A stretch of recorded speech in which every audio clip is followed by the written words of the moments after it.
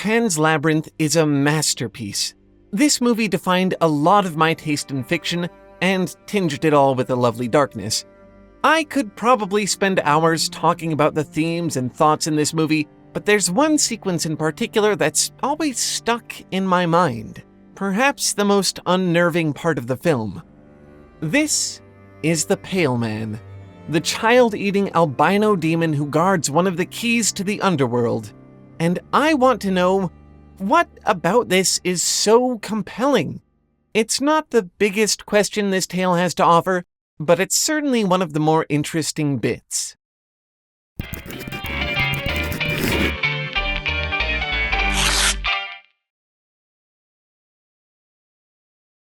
This video is worming its way into your nightmares thanks to the streaming service Shudder, the Netflix of horror.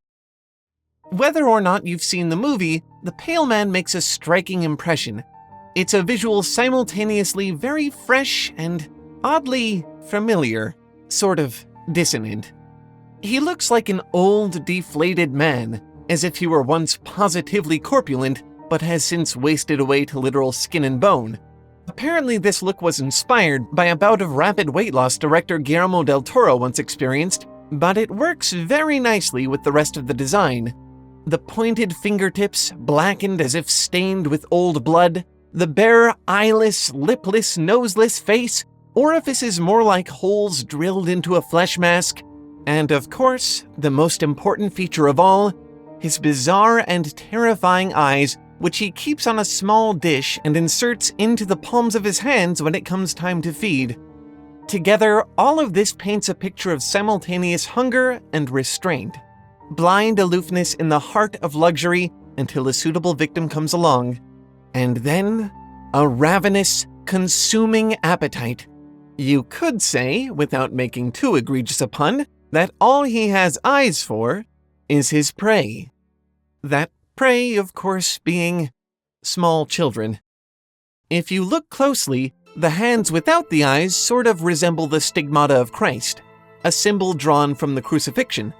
The slits are similar to the wounds left by the nails used to secure Jesus to the cross. This is not a coincidence. In an interview, Del Toro said that the Pale Man represents the church for me. He represents fascism and the church eating the children when they have a perversely abundant banquet in front of them. There is almost a hunger to eat innocence, a hunger to eat purity. But notice he mentioned fascism as well. There's something more to this, which he explained in a short tweet in 2017. The Pale Man represents all institutional evil feeding on the helpless. It's not accidental that he is A, pale, and B, a man. He is thriving now. These are Pale Man times. An incarnation of all institutional evil, designed after the institutions the author sees evil within. I love the intentionality behind these decisions. They make the whole thing feel cohesive and meaningful, and even better if you shear away that metatextual context and just look at the Pale Man in the vacuum of the story, he means the same thing. He's not just an allegory. The danger he poses is never hidden. The Pale Man's lair is littered with depictions of children being eaten and piles of children's shoes. The monster sits in the patriarch's seat at the head of the table, waiting. A banquet is laying out, but he has no interest. It's only there as a trap for unwitting victims. Once lured in, like so many flies caught in a web, they're swallowed up. Pan's Labyrinth is about this kind of disobedience. Throughout the movie, we're shown what the rules are and what happens when we break them. And it's scary. The fear the Pale Man evokes is foundational to the theme of the story. We'll probably have to make a larger video about it someday, but I think it's amazing that Del Toro was able to instill so much significance into a single sequence, a single character. The Pale Man is so much more than a scary monster. It is a microcosm for the tale it inhabits. The story of institutional evil, the rules it creates to abuse and control, and the insurmountable need to break them, even when we know the danger. It's only a small bit of the larger tale, but I find so much inspiration in the Pale Man. When I need to create monsters for my work, I often think back to this as an example of how to elevate them from something spooky to something that matters. And now, maybe you will too. Of course, Pan's Labyrinth isn't the only place you'll find meaningful monsters. There's actually an entire world teeming with them, and it's only a few clicks away. The streaming service Shudder is your gateway there. I was pleasantly shocked the first time I tried Shudder. It felt like someone had carved out a special dark place for me and put everything horror into it. And I do mean everything. From exclusive original titles like the bizarre and tantalizing film Room to classics like Halloween, it felt like everything that had ever spooked me was within arm's reach, which is a surprisingly good feeling. Even better, they add new titles every week, which means I never stop finding new things to haunt me. My most recent discovery is a movie much like Pan's Labyrinth called Tigers Are Not Afraid, which is a dark modern fairy tale about children whose lives are ravaged by drug wars and how some wishes come true.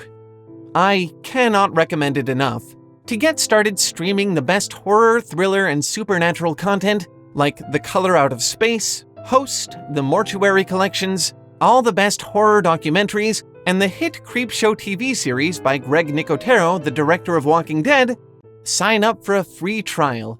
Visit Shudder.com and use the promo code Foundry to unlock your first 30 days of viewing for free. That's SHUDDER.com, promo code Foundry. Once your trial is over, Shudder is only $5.99 a month or $56.99 a year. Go use our promo code to delve into the darkness. I'll see you there. Before we wrap up, I'd like to give a quick thanks to all the helpful humans who support the show on Patreon. All those words you see scrolling in the background of these videos, those are actually the names of our Patreon maintenance crew, without whom this show would be impossible. And a special word to all of our top patrons, Lord Gate, RPG Grenade, and the Autumn Rider. Thank you so much. And that's it for this video. There's usually a few weeks between uploads, so if you want more Tale Foundry in the meantime, come join our community. We have a Discord server that's basically like a big family of creatives, a lot of love there. We also run writing groups on Twitch every week, if you want to get some practice in. You can find links to all of it in the description. Hope to see you there. Until then, thanks for watching and keep making stuff up. I'll see you next time. Bye!